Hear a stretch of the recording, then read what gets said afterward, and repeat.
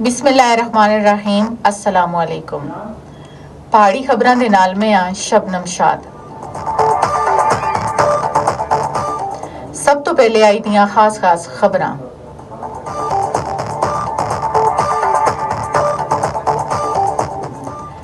Pakistan Iran अमन दुश्मनां दे खिलाफ आईनी दीवारा, वज़ीर आज़म शहबाज शरीफ।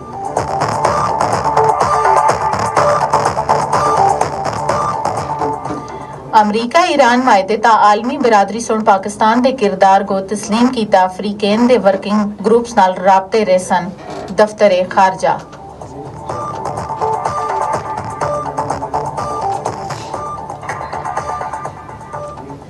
पाकिस्तान के खिलाफ उठने वाली बैरूनी और मनफी एजेंडे नाल मुतासर आवाज़ां दा सख्ती नाल जवाब दित्ता जुलसी।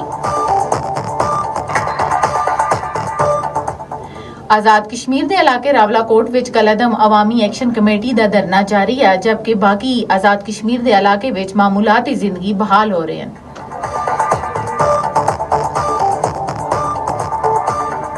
कलअदम अवामी एक्शन कमेटी की जानब तो आज़ाद कश्मीर की मासूम आवाम को रियासत मुखालफ एजेंडा तैयार करने की कोशिश की जा रही है। हुकूमती जराए के मुताबिक कलअदम अवामी एक्शन कमेटी को रियासती अमूर विच दखल अंदाजी की इजाजत न देते जुलसी और कानून के मुताबिक उन्हां दे खिलाफ कार्रवाई होसी।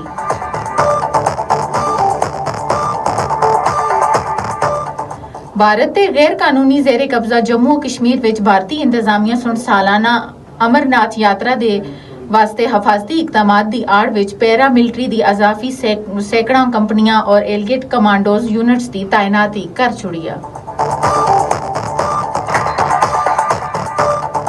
ये आसियां आई दियां खास खबरां। इस दे नाल इजाजत चाहसां। अल्लाह दे हवाले।